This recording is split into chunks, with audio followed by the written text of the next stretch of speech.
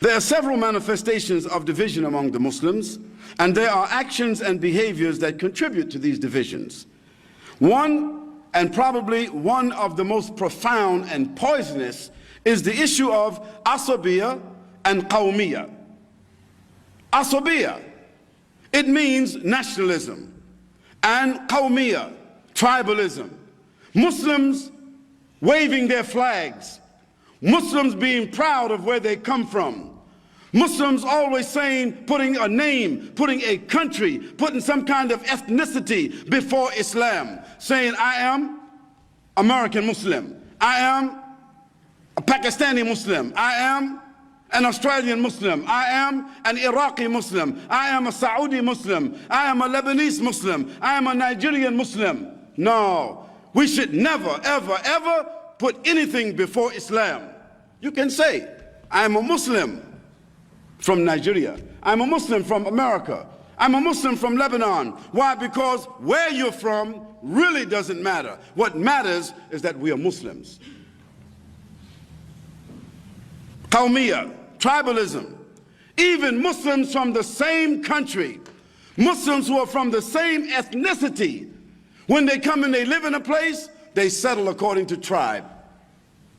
Tribe that lives in the east, the tribe that lives in the west, the tribe from the north, the tribe from the south, the tribe that eats this, the tribe that has this culture, tribes that had historical conflicts among themselves, they continue those conflicts even when they move to another place. So this is called asabiyya and qawmiyya.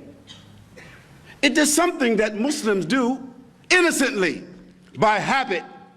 Even when they enter the mosque, you will find Muslims look for somebody who looks like them. A Muslim look to sit by somebody who talks like them. A Muslim will only invite somebody to their house who is from their place.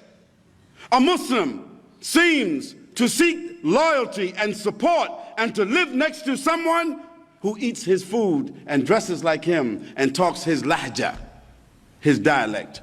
This is signs of ignorance. This is signs of defeat. This is signs of weakness. This is signs of disease. This is signs of jahiliyyah. But we have been told by our conquerors, we have been told by those people who have sponsored us, we have been told by those people who have entered our homes, our hearts, and our lands, we have been told by those people that this is good for us. This is a way that we can be identified. This is a way we can be distinguished, and we believe them because they give us something for it. O Muslims, this ignorance, asabiyya and qawmiyya, is the ignorance and poison which is one of the main ingredients of division and pollution among the Muslims today. If we don't stop it, if we don't speak about it, then we are contributing to our own death, and we are contributing to the erosion and the stagnation of Islam. It is the element that the non-Muslim conspirators, they use it to separate us. They use it to divide us. They use it to undermine the countries. They use it to undermine our communities. They use it to undermine the individuals among the Muslims. We have been given special names by the kuffar. We have been given special flags by the kuffar. We have been given distinct countries by the kuffar, with independent constitutions and governments by the kuffar. And that is how we see each other. There was a time when no matter where a Muslim lived, they knew there was one Khalifa. They knew there was one authority. They knew there was one Ummah, and there was no need for any flag. The flag of the Muslims is La ilaha illallah Muhammadur Rasulullah. It doesn't have any emblems. It doesn't have any special letters. It is not for any special people. It is a global ummah. It is the ummah that's chosen by Allah subhanahu wa ta'ala.